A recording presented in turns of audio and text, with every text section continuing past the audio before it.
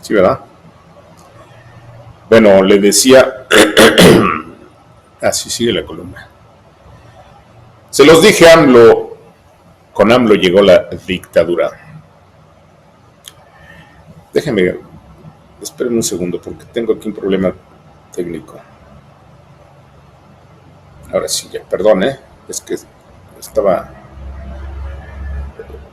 mal mi teléfono, que es donde tengo el guión, y estaba en otra, no sé cómo se le llama, pero se veía muy feo la letra, muy pequeña.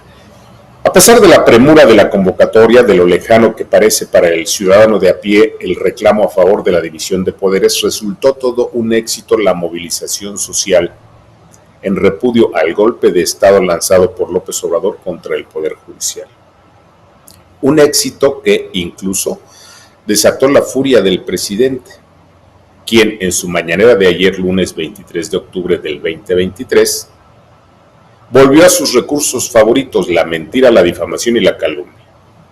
Dijo, por ejemplo, que los organizadores de la protesta habían recurrido al acarreo, que manipularon a los trabajadores, que muchos empleados del Poder Judicial apoyan a su gobierno, que detrás de la marcha estuvo el bloque conservador y que no se afectarán los ahorros de empleados al finiquitar los fideicomisos judiciales.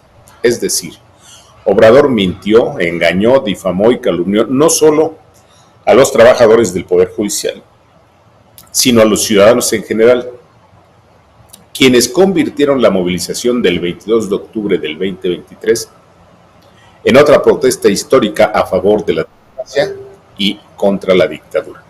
Y claro, lo que el dictador bananero no dijo es que desde Palacio se instruyó a las instituciones del Estado para colocar todos los obstáculos posibles a la marcha, estorbos como bloquear el Monumento a la Revolución, el hemiciclo a Juárez y ocupar el Zócalo por completo. Sin embargo, nada detuvo a cientos de miles que se manifestaron en la capital y en el país entero y que dieron una contundente muestra de repudio al poder absoluto de un solo hombre, contra el golpe de Estado al Poder Judicial y sobre todo de repudio al robo de los fideicomisos judiciales. Pero sin duda que el mayor reclamo fue a favor de mantener vigente la división de poderes y contra el avance incontenible de la dictadura de AMLO, moldeada que tendrá su punto culminante en el fraude electoral que se diseñó desde el Palacio para el 2024. Y el mejor ejemplo de que el presidente mexicano se considera el jefe de la pandilla de sátrapas en el continente es la cumbre de dictadores que se llevó a cabo el mismo domingo de la marcha en Chiapas, dizque para resolver el problema de la migración ilegal a Estados Unidos. Un vergonzoso cónclave con dictadores como Nicolás Maduro de Venezuela y Miguel Díaz-Canel de Cuba, entre otros, que en realidad fue la confirmación de que López empuja a México en dirección a ese modelo de poder absoluto y dictatorial, carente de libertades y de división de poderes. Y es que precisamente de esos países salen millones de migrantes que a riesgo de sus vidas huyen de la dictadura en busca del sueño americano, de la libertad. Por eso el enojo presidencial con la movilización a favor de la división de poderes contra el poder absoluto y la extinción de fideicomisos de la Suprema Corte, porque López ya asumió el papel de jefe de las dictaduras del continente y cual jefe bananero de estas dictaduras, el pequeño dictador Obrador juega el papel de mediador en la crisis migrante frente al gobierno de Estados Unidos. En pocas palabras, de hoy en adelante el señor López pregonará al mundo que la narcodictadura mexicana, la dictadura de López, es respaldada por los gobiernos bananeros dictatoriales de Venezuela y Cuba, entre otros. Y obliga la pregunta, ¿cree el señor López que el gobierno de Estados Unidos se va a quedar callado? Por lo pronto vale recordar que, de nuevo, el tiempo me dio la razón. Sí, desde octubre de 2017, fíjese la fecha, octubre de 2017, aquí argumenté que un eventual gobierno de López no tenía otro camino que el de una dictadura al estilo cubano y venezolano. Así lo escribí textual. En el itinerario político del 31 de octubre de 2017, titulado Gracias, dictador Maduro, dije que el fraudulento proceso electoral que se llevó a cabo allá en Venezuela era una llamada de atención para los mexicanos y que será muy grande la tentación de un fraude de esa magnitud en México. Volví al tema con el itinerario político titulado Confesiones de un dictador, en donde detallé el programa de gobierno del candidato López y dije que buena parte de su propuesta de gobierno era imposible de cumplir, sobre todo reducir la violencia.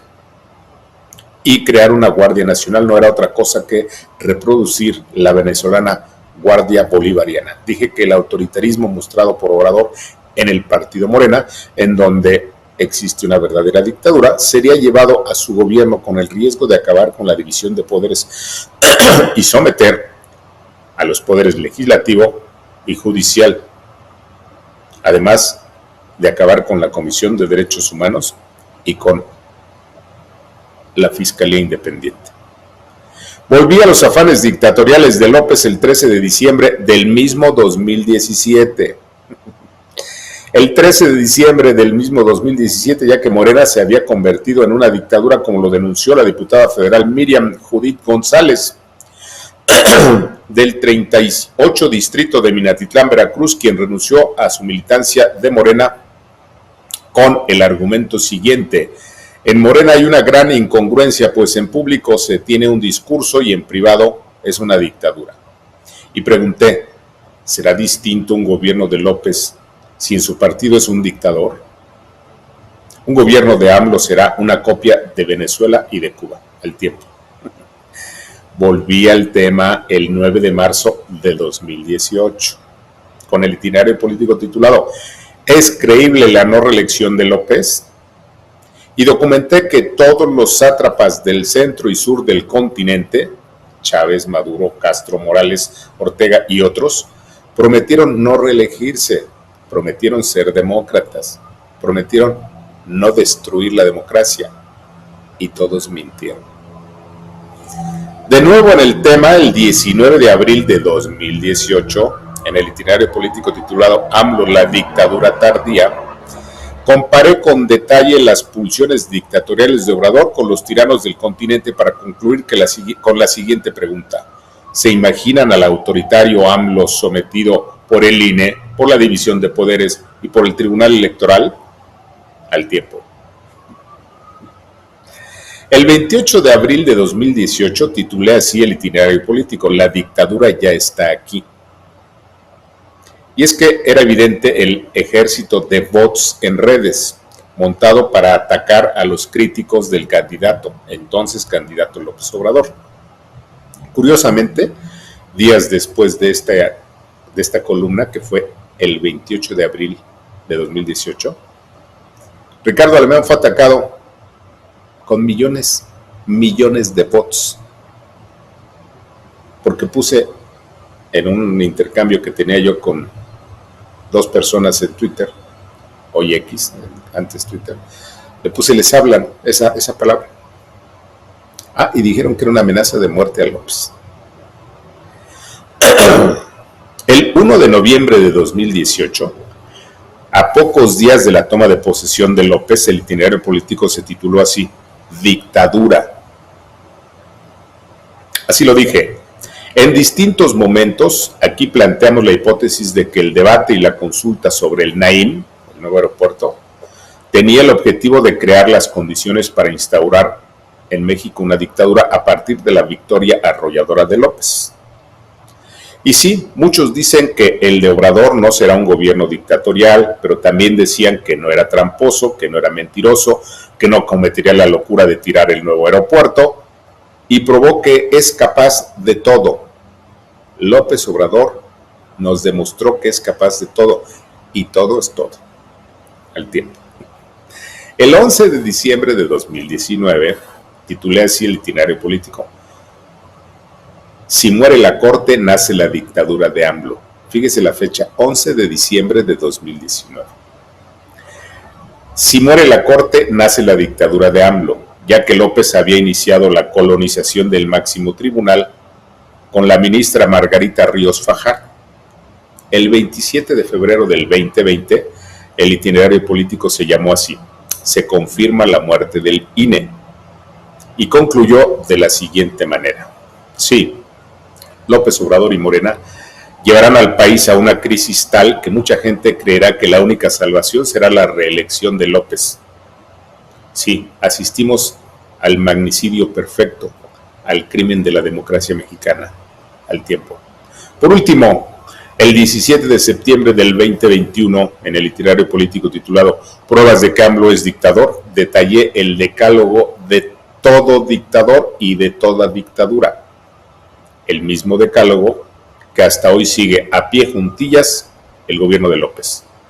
En efecto, hoy López Obrador no solo se comporta como dictador, sino que cree que es el jefe de los dictadores latinoamericanos.